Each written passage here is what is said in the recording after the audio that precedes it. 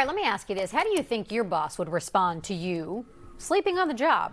Well, this next story is about a DC man who says people he relies on to keep him safe throughout the night often fall asleep and putting him at risk. They're nurses and aides provided by the district with your tax dollars. As Tracee Wilkins and the News 4 I-Team found out, advocates are raising alarms about this growing risk they say is impacting some of the most vulnerable in our city.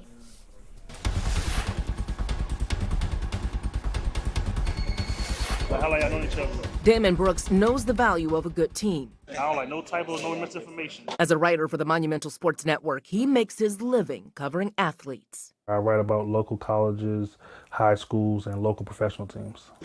And that team mentality is even more important for Damon off the job at home. So, Damon, it's very clear to me that you are a go-getter, that you're going to meet your goals, but you still need help. Absolutely. 13 years ago, a tragic wrestling accident with a friend left him a paraplegic. He depends on nurses and aides throughout the day, managed through a city program funded by Medicaid. It allows him to remain in his own home. Your morning nurse is fantastic. She's outstanding. We'd have no problems at all. She's like a mother to me. I love her to death. Helping him with everyday tasks, checking his vitals, getting him ready for work, then for bed. A different team is supposed to monitor him overnight.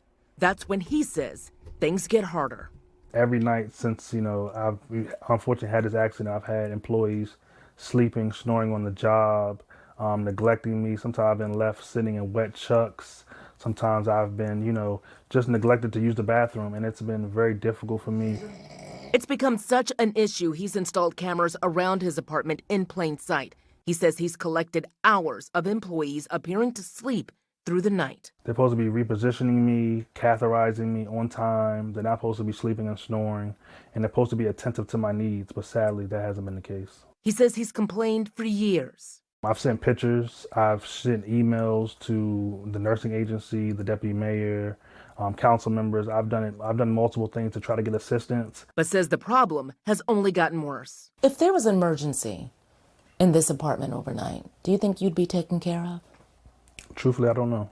He says in the last few weeks, he's had nurses and aides simply not show up for the overnight shift, leaving his mom to help him. I won't lie, I've cried several nights. I've cried multiple mornings.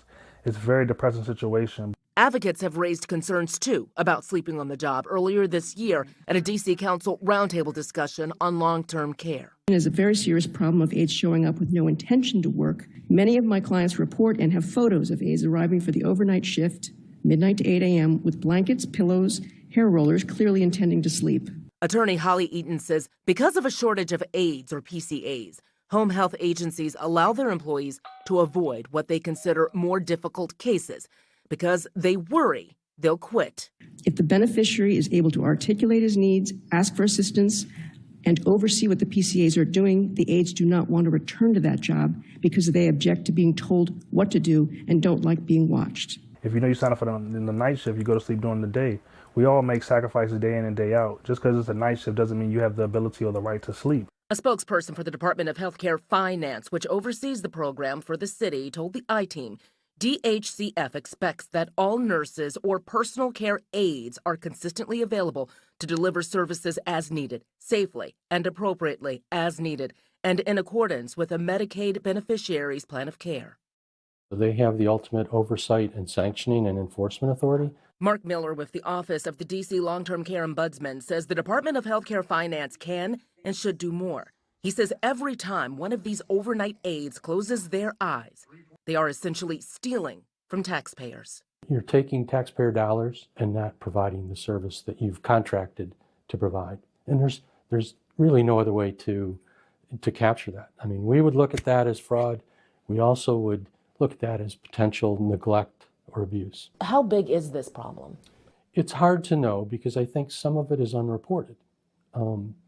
Some people, like I said, do not want to kind of rock the boat because they're afraid then they won't get any aids in the evening or on weekends. Damon doesn't have that fear and has complained to his case manager, the city, and nursing agencies. How many night nurses do you think you've been through? Over 40 with this particular agency. He worries his reputation for accountability is scaring the help he needs away But he says his fight is about more than himself. I'm just really worried about, others, because if the others are subjected to this, that means we may have casualties, and that's something I really want to prevent from occurring. We did ask DHCF about any steps it's taken to address the sleeping complaints, and also reached out to the various agencies that have provided aids to Damon. We did not hear back. We did find a sleeping complaint filed back in 2023 with one agency Damon has used. In that report, the agency said it retrained the employees on its sleeping policy and gave them a verbal warning. Tracee, the agency says it's hard to retain aides and nurses because of the work that's required, and they don't want to be told what to do. But then you have Damon saying, I'm not getting the care I need. So what can you do? What can be done? Yeah, it's complicated. Advocates we talked to say that there needs to be more follow-up after someone makes a complaint, but also there needs to be more discussion to address the shortage crisis, incentives for nurses and aides to work overnight and weekend shifts, like getting overtime.